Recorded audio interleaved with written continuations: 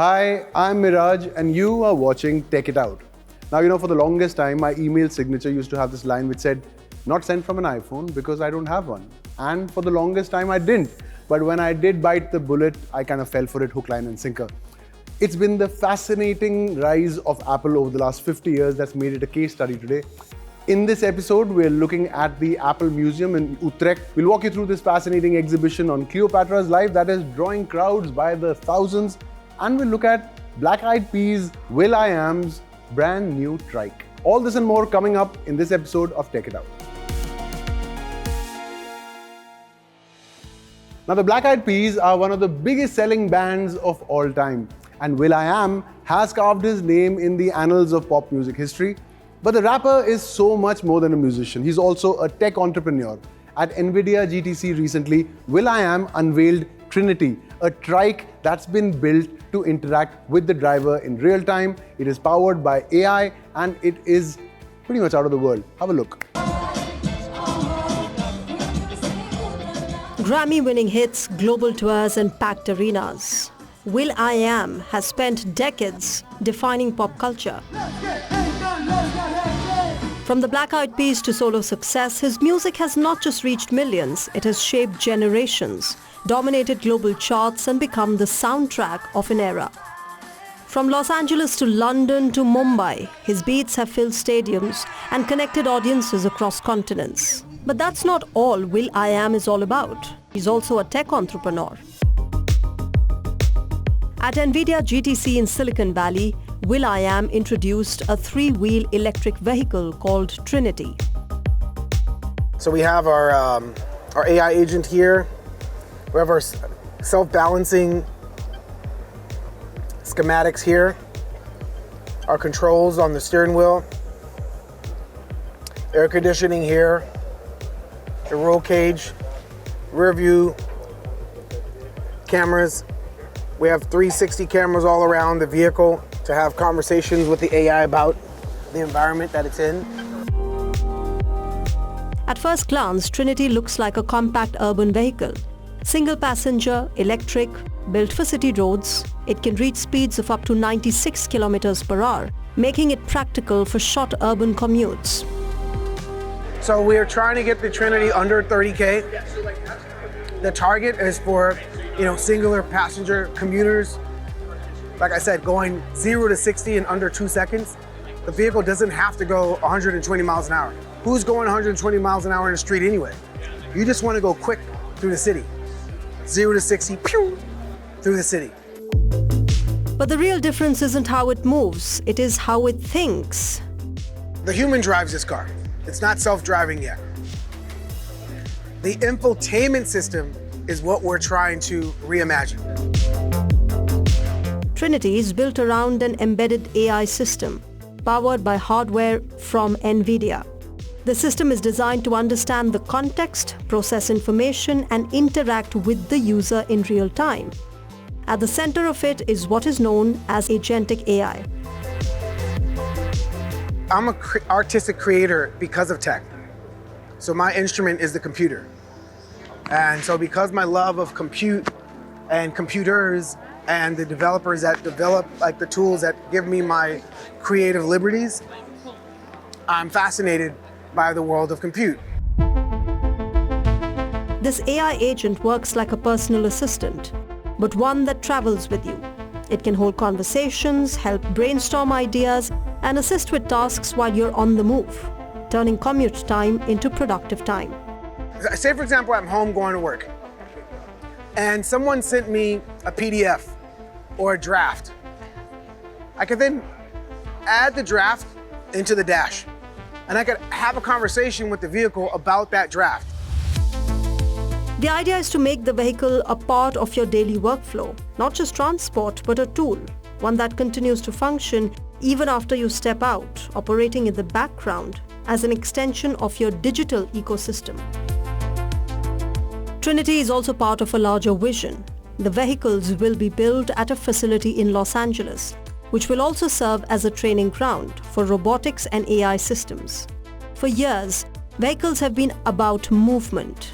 Now, they may also become platforms for productivity, where the journey is just as important as the destination. Now, using a limb shouldn't really require active thought. You think about picking up something, the mind relays that message to your arm muscles and your arms pick it up. Now, prosthetics have come a long way in the last few decades, but they've also gotten incredibly complex. Now, eReady, a brand new prosthetic arm produced in Mexico, is trying to change that. It has just one muscle sensor, but that allows it to do pretty much anything that an arm would. Simplicity is key, folks. Technology has always evolved to solve human limitations. From simple tools to advanced machines, each step has made tasks easier, faster, and more accessible. But when it comes to prosthetics, complexity still remains a challenge.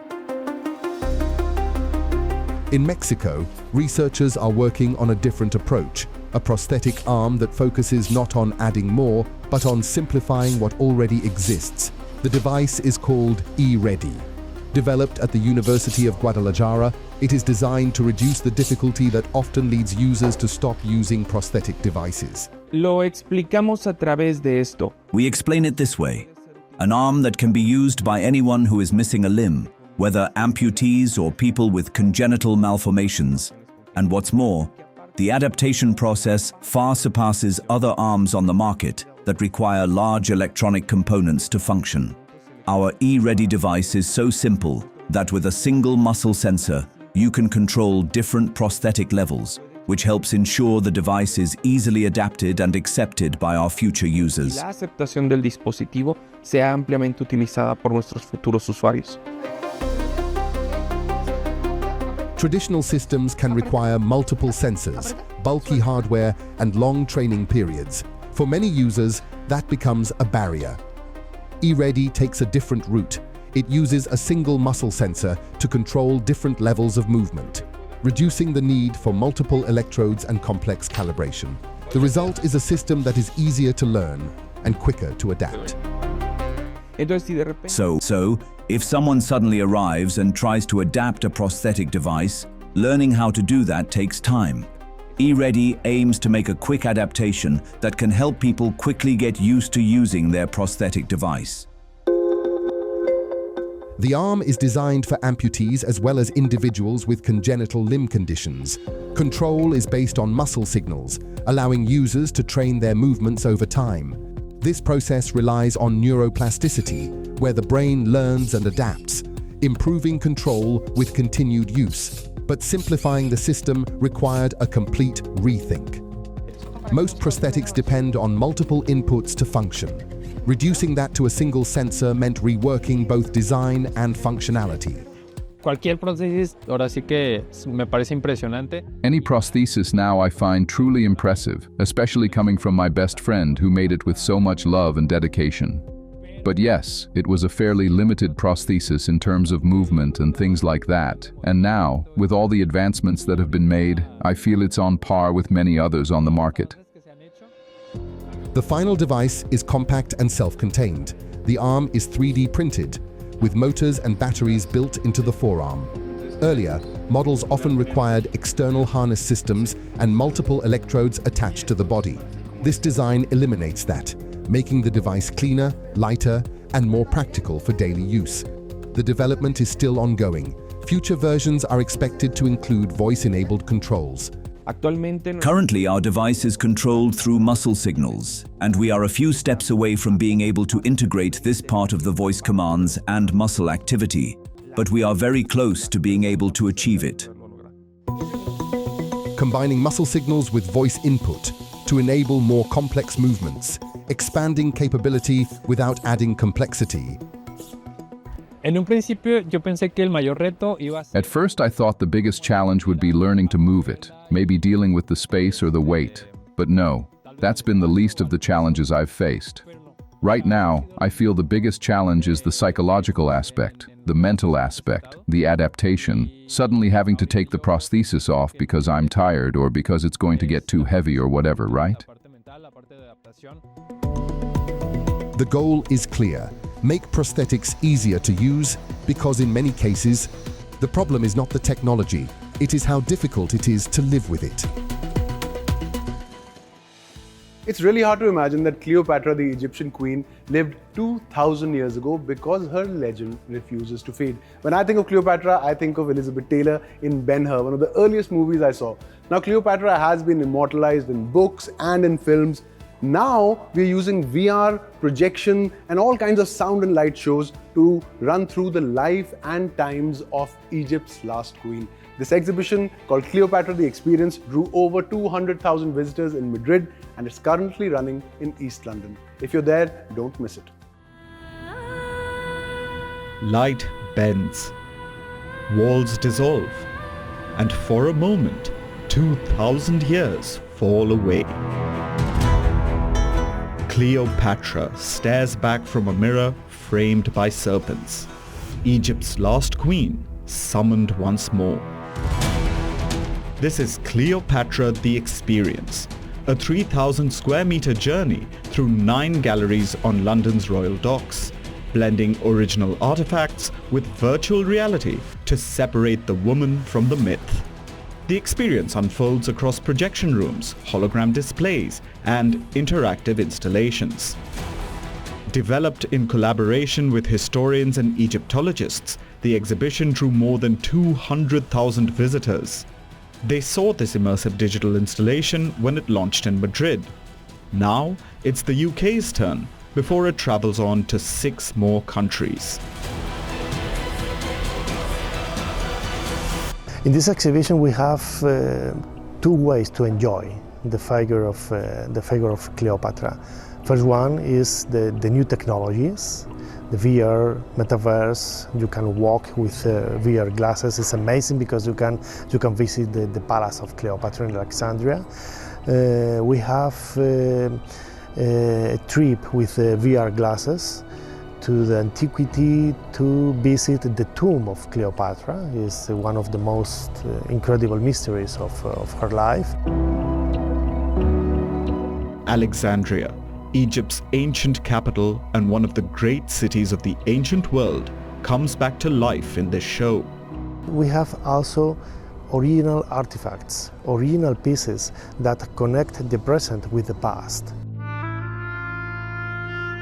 More than 20 pieces from the Hellenistic and late Egyptian periods sit alongside the projections. Among them, a bronze of the goddess Isis. Cleopatra identified with her so closely, she called herself the new Isis.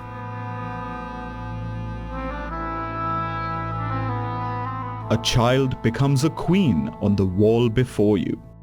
Then the goggles go on, and you stand beside her, looking out across the Bay of Alexandria, the great lighthouse, one of the 7 wonders of the ancient world, shimmering on the horizon.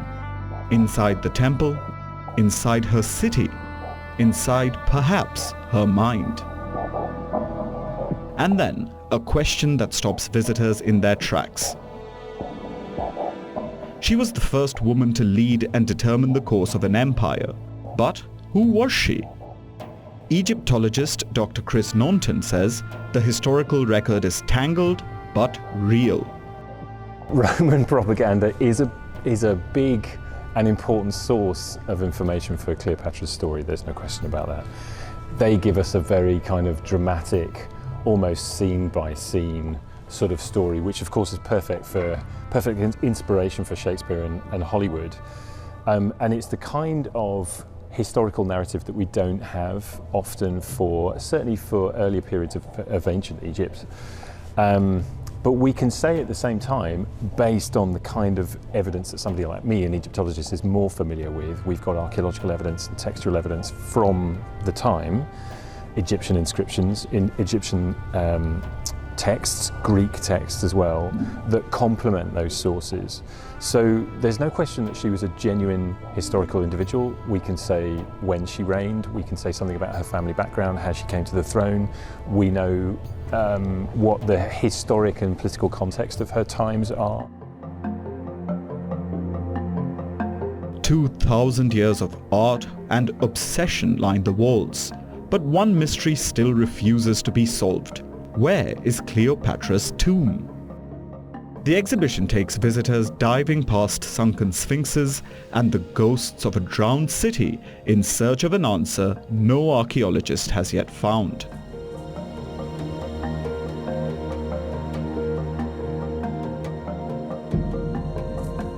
The likelihood is, and again this is what the Roman sources tell us, that the tomb of Cleopatra, also the tomb of Alexander the Great, probably the tomb of the rest of the Ptolemies as well, were close enough that they would have been destroyed by, if not war, then a natural event like a tsunami. The exhibition also traces how Cleopatra has been reimagined across centuries, from Roman busts to Shakespeare and Hollywood.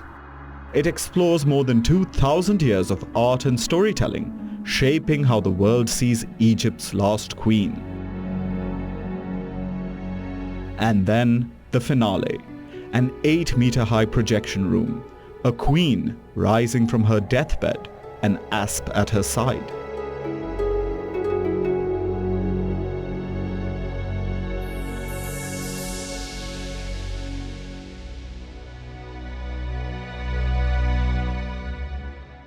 The Battle of Actium crashing around her, the naval defeat that ended a dynasty, and a woman who chose the manner of her own death rather than be paraded through Rome.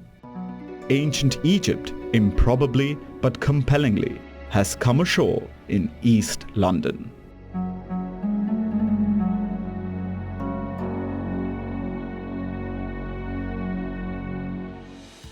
An Apple museum. Why am I not surprised?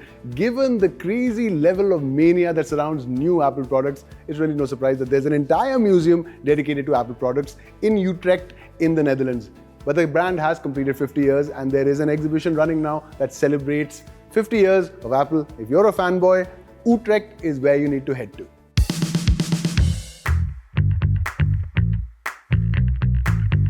Apple marked its 50th anniversary this month. The milestone coincides with the opening of a new museum in Utrecht, Netherlands, which celebrates the company's 50-year legacy. Spread across 2,000 square meters, it is Europe's largest museum dedicated to Apple. The space brings together products, photos and videos to chart Apple's journey since 1976. The immersive exhibits showcase the company's design evolution and its impact on communication, work and daily life. The experience begins with a recreated garage reminiscent of Apple's early days. And this is where Steve Jobs and Steve Wozniak registered Apple Computer Company on the 1st of April 1976. A simple setting that marked the start of one of the world's most influential tech brands. Ed Bindels, a Dutch Apple collector and museum founder, says that the goal is to bring Apple's history to life. The museum is set up in a way that when you enter, you start in the garage, which is like where it all began. And it's not so that it was their headquarters, but it was. It tells a lot about the two people that founded Apple, Steve Wozniak and Steve Jobs, and what the basis is of their vision behind the products. From there, the story moves through decades of innovation, including the Apple I, the company's first product, hand-built by Wozniak, a kit computer that users had to assemble themselves. Well, we started, I think, 5 or 6 years ago with the idea to tell stories about Apple and to tell people who are passionate about it how it came to be and what history was behind most of the stories and most of the products we know today. Because a lot of people, they think that Apple started with the iPod or eventually with the iPhone, but the history is very rich. It's 50 years old and they actually started with something that now we call a motherboard, which is the Apple I. The exhibit takes visitors through different eras of Apple's design and technology, from early telephones and bulky computers to colorful iMacs and modern sleek smartphones. Showing how computing became part of everyday life, Apple also stood out for its design-first philosophy. With Steve Jobs and Steve Wozniak focusing not just on technology, but on products as lifestyle experiences. And over the years, Apple launches have sparked global fan mania, with customers queuing overnight for the latest devices. The museum features over 5,000 items, from computers and posters to iPhones and Apple Watches. Only a part of founder Ed Bindel's extensive private collection is on display. He says the aim is to tell a cohesive story rather than show every item. The Apple Museum is about 50 years of one of the most innovative tech companies, as I see it at least.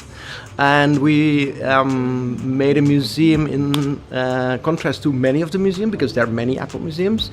But most of them, they're like for techies, and they're collections rather than a museum.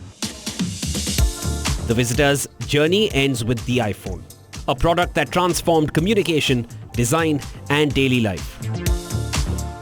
50 years on, Apple continues to set benchmarks for design, product interface, and how people use technology. Now, this took place a couple of weeks back, but we can't stop harping about it. Doom scrolling. Turns out you may not be entirely at fault. A US jury has found Google and Meta liable for furthering social media addiction by deliberately engineering and designing their systems to keep people hooked. It's a good thing to know, especially if you have children. Watch this report.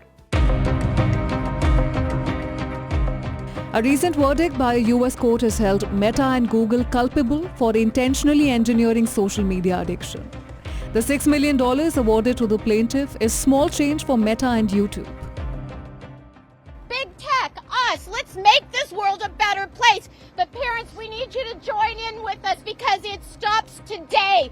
Big tech, your gig is over. The ruling against Meta and Google is significant because it rules that social media as a technology can be harmful, and that the companies that run these platforms are accountable. To put it simply, if a user gets hooked to social media, it may not just be a bad habit. Their brain may be being tricked into addiction, and that risk is even greater when it comes to children.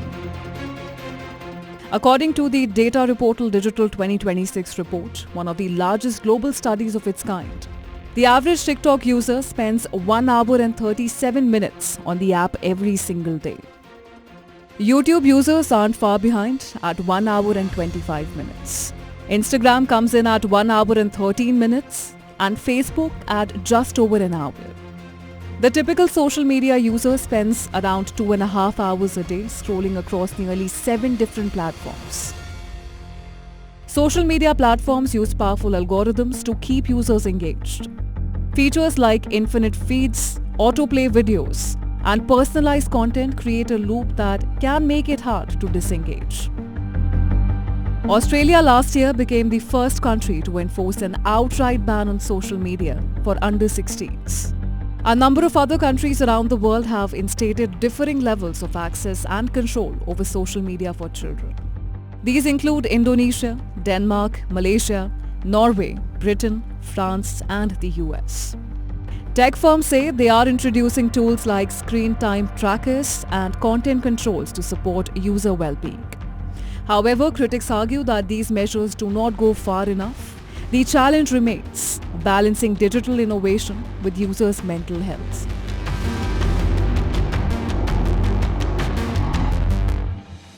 It's being called social media's big tobacco moment. Now, in the 1980s, 1990s, there were a number of lawsuits against big tobacco, many of which big tobacco won. But what these trials did was they informed the public about the harmful effects of tobacco. Now, we don't usually put social media and tobacco in the same category, but think about it. You post something, you get a like on it, it triggers a dopamine hit in your brain, which trains the brain to look for the next hit. It's exactly the same thing. I'm going to leave you to ponder on that. That's all the time we have for you in this episode of Tech It Out. Have an outdoorsy weekend, go out and do fun stuff. This is Miraj signing out. Until next week, bye-bye.